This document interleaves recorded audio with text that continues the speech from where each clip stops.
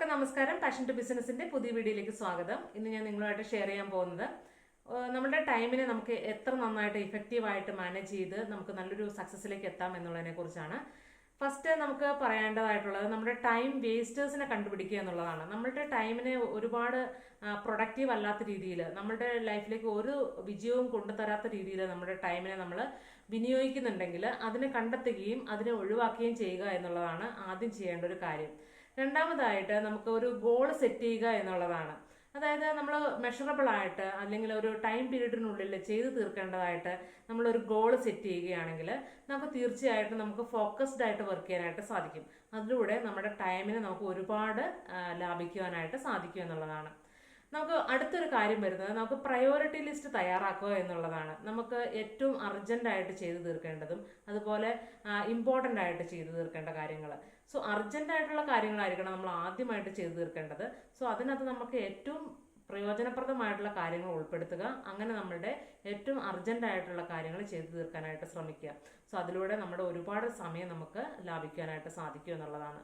പിന്നെ നമ്മൾ മൂന്നാമത് നമുക്ക് വേറൊരു കാര്യം ചെയ്യേണ്ടത് എന്താണെന്ന് വെച്ചാൽ നമ്മൾ ഒരുപാട് കാര്യങ്ങളിൽ ഇൻവോൾവ് ആവാറുണ്ട്. ആവശ്യമുള്ളതും ഇല്ലാത്തതുമായിട്ടുള്ള ഒരുപാട് കാര്യങ്ങളിൽ പോയിട്ട് തലവെച്ച് കൊടുക്കാറുണ്ട്.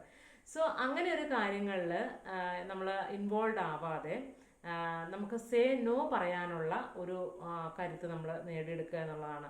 ചിലപ്പോൾ ഒക്കെ നമുക്ക് പറയാനായിട്ട് ബുദ്ധിമുട്ടുണ്ടായിരിക്കും. എനിക്കത് പറ്റില്ല എന്ന് പറയാനായിട്ട് ബുദ്ധിമുട്ടുണ്ടാവും. പക്ഷേ നമ്മളുടെ ഒരു പ്രോഗ്രസ്സിനെ തടയുന്ന കാര്യങ്ങളാണെങ്കിൽ അതിനോട് നമ്മൾ ഫേമിലി നല്ല രീതിയിൽ നമ്മൾ നോ പറയുവാനായിട്ട് ശീലിക്കുക എന്നുള്ളതാണ് അടുത്തതായിട്ട് ചെയ്യേണ്ടത്. പിന്നീട് നമുക്ക് ചെയ്യേണ്ടത് മൾട്ടി ടാസ്കിങ് ആയിട്ടുള്ള കാര്യങ്ങൾ ഒഴിവാക്കുക എന്നുള്ളതാണ്. നമ്മൾ ഒരുപാട് കാര്യങ്ങളിൽ ഒരു സമയത്ത് ഒന്നിലധികം കാര്യങ്ങൾ ചെയ്തുകൊണ്ടിരിക്കാൻ ശ്രമിച്ചാൽ അത് നമുക്ക് യാതൊരുവിധ പ്രയോജനവും കൊണ്ടുതരില്ല. സോ അതുകൊണ്ട് നമ്മളതിനെ മൾട്ടി ടാസ്കിങ് ഒഴിവാക്കിയിട്ട് ഒരു കാര്യത്തിന് മാത്രം ഫോക്കസ്ഡ് ചെയ്യുക എന്നുള്ളതാണ് ഇതിനകത്ത് ചെയ്യാനുള്ള ഒരു കാര്യം. പിന്നെ വേറൊരു കാര്യം, നമുക്ക് ചെയ്യാൻ പറ്റാത്തതായിട്ട് അല്ലെങ്കിൽ നമുക്ക് ചെയ്തു തീർക്കാൻ പറ്റാത്ത കാര്യങ്ങളാണെങ്കിൽ നമ്മളത് അല്ലെങ്കിൽ നമ്മുടെ പ്രസൻസ് ആവശ്യമില്ലാതെ തന്നെ അത് ചെയ്തു തീർക്കാൻ ആരെക്കൊണ്ടെങ്കിലും ചെയ്തു തീർക്കാൻ സാധിക്കുന്ന കാര്യങ്ങളാണെങ്കിൽ അതിനെ നമ്മൾ ഡെലിഗേറ്റ് ചെയ്യുക എന്നുള്ളതാണ് അടുത്തൊരു കാര്യം. സോ ഇത്രയും കാര്യങ്ങൾ ചെയ്യുമ്പോൾ നമുക്ക് വളരെയധികം ടൈം നമുക്ക് വളരെയധികം കൺസ്യൂം ചെയ്യുന്ന കാര്യങ്ങളിലെല്ലാം നമുക്ക് സമയം ലാഭിക്കുന്നതായിട്ട് നമുക്ക് മനസ്സിലാക്കാനായിട്ട് സാധിക്കും. അതുപോലെ നമ്മുടെ സമയം നമ്മൾ വിനിയോഗിക്കുന്നത് നമുക്ക് എത്ര ഇഫോർട്ട് ഇട്ടു എന്നുള്ളതിനേക്കാളും നമ്മൾ ഫോക്കസ് ചെയ്യേണ്ടത് നമുക്ക് റിസൾട്ട് എത്രമാത്രം കിട്ടി എന്നുള്ളതിനകത്തായിരിക്കണം നമ്മളുടെ ഫോക്കസ് പോകേണ്ടത്. അതുപോലെ നമ്മൾ സെറ്റ് ബൗണ്ടറീസ് സെറ്റ് ചെയ്യുക. അതായത് നമ്മുടെ പേഴ്സണൽ ടൈം, ബിസിനസ് ടൈം അല്ലെങ്കിൽ വർക്കിംഗ് ടൈം നമുക്ക് അതിനെ വേർതിരിക്കേണ്ടതായിട്ടുണ്ട്. സോ അങ്ങനെ വേർതിരിക്കുമ്പോൾ നമ്മുടെ പേഴ്സണൽ ടൈം നമ്മൾ പേഴ്സണലായിട്ട് മാത്രം യൂസ് ചെയ്യുക. ബിസിനസ് അല്ലെങ്കിൽ വർക്ക് ചെയ്യുന്ന സമയം ആ വർക്കിന് വേണ്ടിയിട്ട് മാത്രം വിനിയോഗിക്കുക.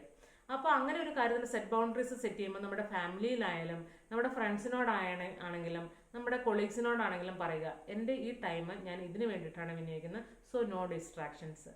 അതുപോലെ തന്നെ നമുക്ക് ഈ ഒരു കാര്യങ്ങൾ വളരെ ഒരുപാട് ഹാർഡായിട്ടുള്ള ഒരു പ്രോസസ്സാണ്, ഒരു വർക്കാണ് എന്നുണ്ടെങ്കിൽ അതിനെ സെഷൻസ് ആയിട്ട് തിരിച്ചുകൊണ്ട് നമുക്ക് അതിനെ ഘട്ടം ഘട്ടമായിട്ട് ചെയ്തു തീർക്കാനായിട്ട് ശ്രമിക്കാവുന്നതാണ്. ഇതെല്ലാം നമുക്ക് വളരെയധികം ടൈം മാനേജ് ചെയ്യാനായിട്ട് നമ്മൾക്ക് ഉപയോഗിക്കാവുന്ന ടെക്നിക്കുകളാണ്. അതുപോലെ തന്നെ നമ്മൾ ഓരോ ആഴ്ചയിലും നമ്മൾ ശ്രദ്ധിക്കുക, നമ്മൾ ഈ ഒരു കാര്യം ചെയ്തു തീർത്തതിനകത്ത് നമുക്ക് എന്തെങ്കിലും നമുക്ക് ടൈം വേസ്റ്റ് ആയിട്ടുണ്ടോ, ഇനി ഞാൻ കുറച്ചുകൂടി ഇതിനെ എഫക്റ്റീവായിട്ട് ചെയ്യണോ എന്ന് നമുക്ക് ഓരോ ആഴ്ചയിലും നമ്മൾ അതിനെ റിവ്യൂ ചെയ്യുക. അപ്പം നമുക്ക് മനസ്സിലാവും ഇന്ന കാര്യങ്ങൾ ചെയ്തപ്പോൾ എനിക്ക് ഇത്ര ടൈം വേസ്റ്റായി, ഇനി അത് സംഭവിക്കാൻ പാടില്ല എന്ന് മനസ്സിലാക്കിയിട്ട് അതിനെ ഒന്നുകൂടി നല്ല രീതിയിൽ ഷെഡ്യൂൾ ചെയ്തിട്ട് നല്ല രീതിയിൽ മുന്നോട്ട് പോകണമെങ്കിൽ തീർച്ചയായിട്ടും നമുക്ക് ടൈമിനെ വളരെ ഇഫക്റ്റീവായിട്ട് യൂസ് ചെയ്യാനായിട്ട് സാധിക്കും. നമ്മുടെ ലൈഫിനെ കൂടുതൽ 10x സ്പീഡിൽ ഒരു ഗ്രോത്തിലോട്ട് നമുക്ക് കൊണ്ടുപോകാനായിട്ട് സാധിക്കും എന്നുള്ളതാണ്. സോ നിങ്ങൾക്ക് ഈ വീഡിയോ ഉപകാരപ്പെട്ടു എന്ന് വിചാരിക്കുന്നു. അടുത്തൊരു വീഡിയോയിൽ കാണുന്നവരേക്കും നന്ദി. Bye bye. Take care.